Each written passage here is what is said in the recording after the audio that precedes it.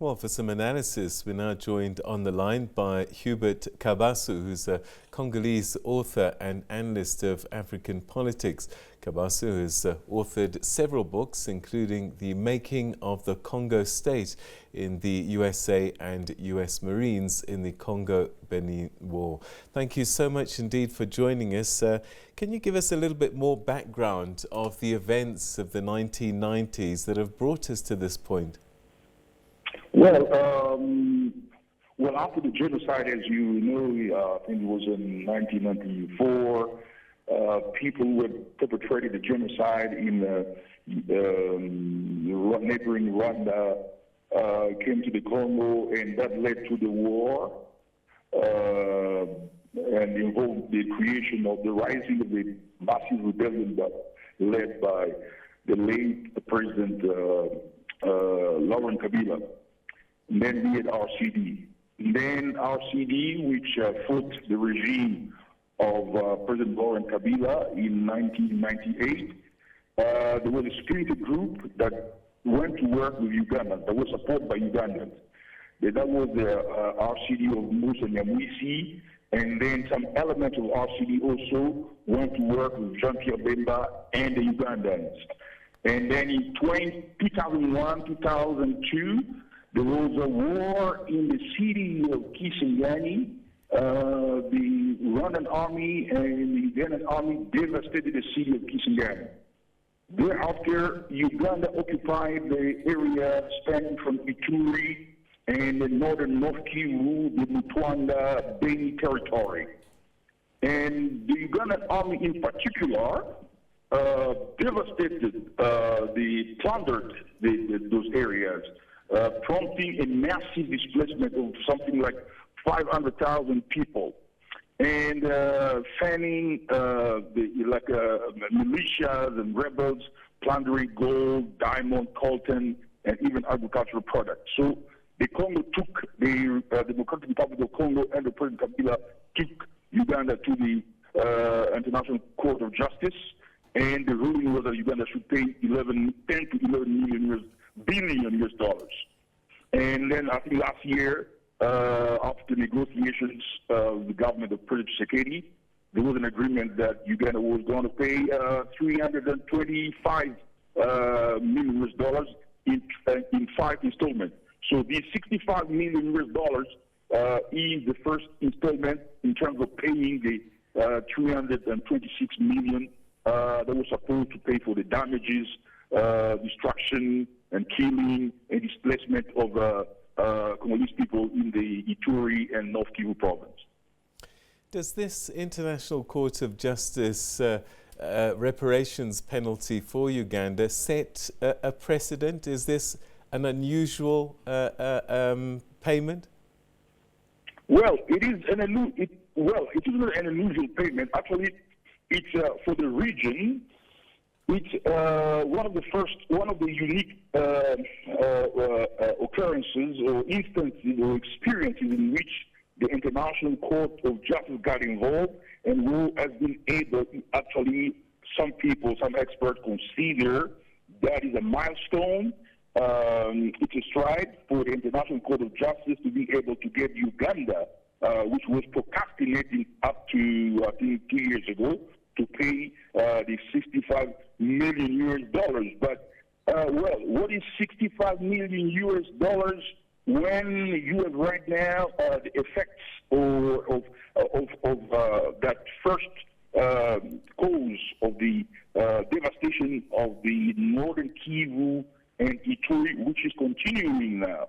What is 65 million US dollars for the plundering of gold and cassiterite and coltan and coffee and cocoa? What is 65 million US dollars? People of Kivu are asking now, as we talk to you. Roads have been destroyed, schools have been destroyed. There's a whole generation that can't go to school and so on and so forth. So what that 65 million of payment amount to when you speak in terms of a concept of reparation? Have the authorities said how this money will be used in the DRC? No, there's still actually a controversy right now because corruption, state corruption, political corruption is not pervasive. It's rampant in all the institutions of the Congo, even in the army. So the civil society, which is now very vibrant, and actually because some of the viewers and others who follow the situation that is unfolding in the Congo, they know that the civil society in North Kivu is mobilized, vehemently criticizing. It actually contributed towards getting some of the troops of the UN out of North Kivu. So the civil society, lawyers, and some politicians, members of parliament, are asking the Tshisekedi government to be transparent, because in reality, that amount of $226 million is supposed to help in rebuilding or accelerated reconstruction of the North Kivu, Beni, Ruwenzori area, Mutwanga, Oricha, and Ituri, the area, even Kisangani right now, because the devastation, the war that occurred, I think, in 2001, 2002, in Kisangani destroyed schools and roads and hospitals. So civil society, politicians of the opposition, members of parliament, want Mr. Tshisekedi to articulate in very precise, clear way how this money is going to serve to bring some kind of reparation and reconstruction that will really give hope, project hope of reconstruction for the people of North Kivu, Ituri, and Kisangani. So Uganda paying up. Some people might say that Uganda wasn't the only country to have made its way into the DRC and benefited from its minerals? Yeah, I think such a concern is valid and pertinent. Now, there must be some kind of debate, particularly right now. Well, we've got new president in Kenya, William Ruto. Some people in Nairobi right now say they need to get him to contribute toward maybe being proactive in terms of saying, how do they create a synergy of all the presidents of the East Africa or East African community to get other countries such as Rwanda, even Burundi, who got involved in the Congo, particularly the Eastern Congo, how do they bring in some kind of reparation? So the concern makes sense.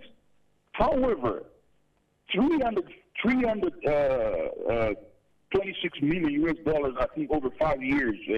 $65 million over 5 years. What is it if you consider that today some serious institutions like the Pulitzer in America, Pulitzer Center, Human Rights Watch, and the National Crisis Group, Transparency International, they have all shown, even the Central Bank of Uganda has shown that 90 to 95% of gold exported from Uganda is Congolese gold. And last year, from 2021, Uganda exported gold worth $3.5 billion US.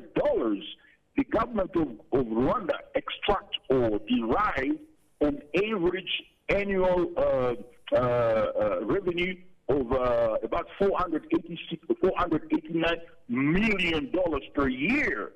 So if you consider what Uganda is deriving from illegal export of Congolese resources, $65 million US per year is nothing. In fact, Uganda is not extracting money from its own sort of coffers, treasury. That money is actually part of the revenue from illegal Congolese minerals, particularly gold, which is now the first export commodity in Uganda above many others. So actually, Uganda is not even actually paying its own money. They're giving Congolese what they owe them from the illegal sales of gold. So what does this payment mean for relations between Kinshasa and Kampala going forward? Well, both countries in terms of international politics, international image, but also nationally and regionally. Paying $65 million to the Congo is an occurrence unprecedented in the history of the region. It means that Uganda recognizes that they indeed destroyed the Congo and brought a lot of suffering to the people. And President Museveni and his establishment are projecting the image of a regional leadership that wants to abide by international public law, but that also wants to pay some kind of a reparation to the brothers and sisters in the region, and they want to stand as people who want to have good neighboring, diplomatic relations with the Congo and with the neighbors. Remember, President Museveni even went to the extent of saying that he wanted to build, or actually currently they are working on construction to modernize the road and the border post for international transactions, import, export between Uganda and Congo. But as far as Mr. Tshisekedi is concerned, he is going to project his image nationally as the person who got Uganda to pay $65 million as the person who is actually asserting his leadership in the region, getting regional leaders to abide or to conform with international law. So there's also these power geostrategic regional politics involving there, because Uganda cannot stand and say, well, I am the only country in the region that recognizes damages caused in the Congo, and here is Uganda paying $65 million. Mr. Kabasu, we're going to have to leave it there. Thank you so much indeed for joining us and giving us some analysis on this installment, $65 million, the first of 5 that Uganda has agreed to pay under the order, of course, of the International Court of Justice as reparations for their occupation of the DRC in the 1990s.